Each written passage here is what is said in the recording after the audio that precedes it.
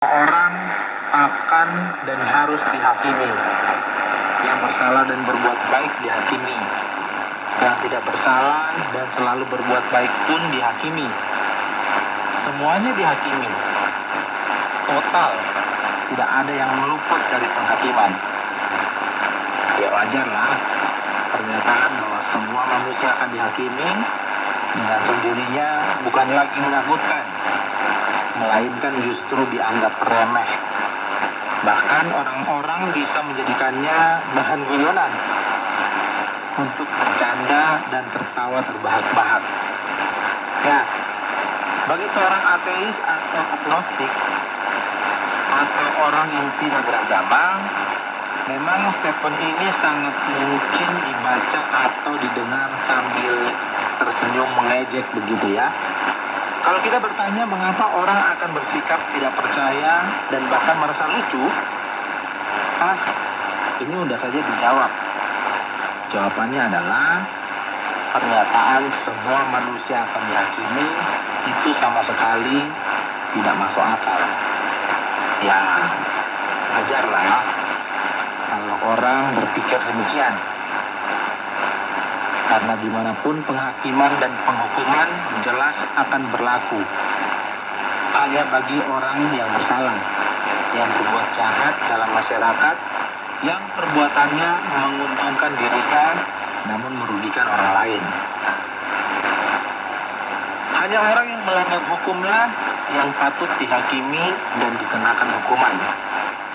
Sedangkan orang yang tidak melanggar hukum, yang melakukan hal-hal yang benar dan berbuat kebaikan, seharusnya tidak layak dihakimi dan dihukum. Inilah pikiran yang rasional dan berakal sehat. Oke, sekarang kita coba menyoroti dan membahas pernyataan yang dianggap tidak masuk akal. Semua manusia akan dihakimi. Kalau dikatakan semua manusia, jelaslah berarti semua orang, tidak terkecuali. Akan dihakimi sama saja artinya dengan pasti dihakimi.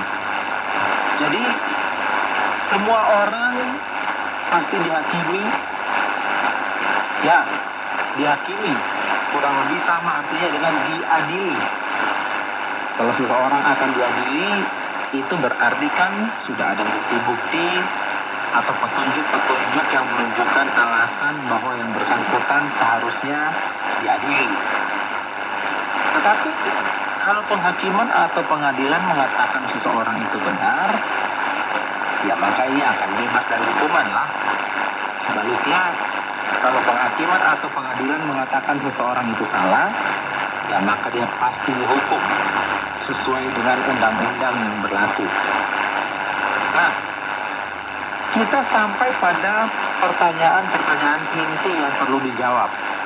Pertanyaan pertama adalah, mengapa semua manusia akan dihakimi?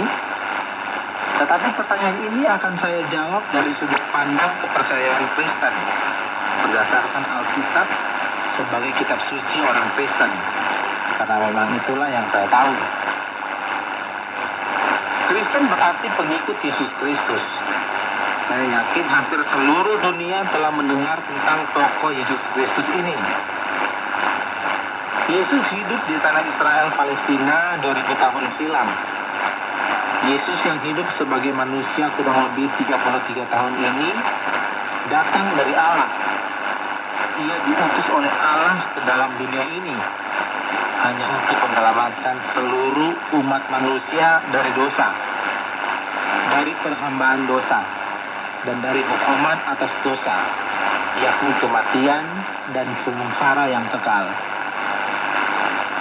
Yesus seorang anak manusia yang sehakikat dengan Allah untuk menuntaskan tugas mulia dalam pengutusan ini. Dia dengan ikhlas menjadikan dirinya korban sampai mati di kayu salib. Asal saja umat manusia dapat dibebaskan dari perhambaan dosa dan dibebaskan dari hukuman atas dosa karena murka Allah. Pada pandangan Allah, manusia telah berdosa. Tidak ada satupun manusia yang suci. Dan status manusia itu sendiri sudah menjadi orang berdosa. Nah, oleh karena itu, setiap manusia meskipun ia dapat berbuat baik dan telah berbuat baik, ia tetapnya orang berdosa. Keberdosaan itu diwarisi dari nenek moyang manusia, yang awalnya dari kedua manusia pertama di dunia, yang bernama Adam dan Hawa. Oleh Allah, Adam dan Hawa diciptakan sebagai manusia suci untuk memuliakan Allah. Namun mereka dengan sadar menggunakan kehendak bebasnya untuk berontak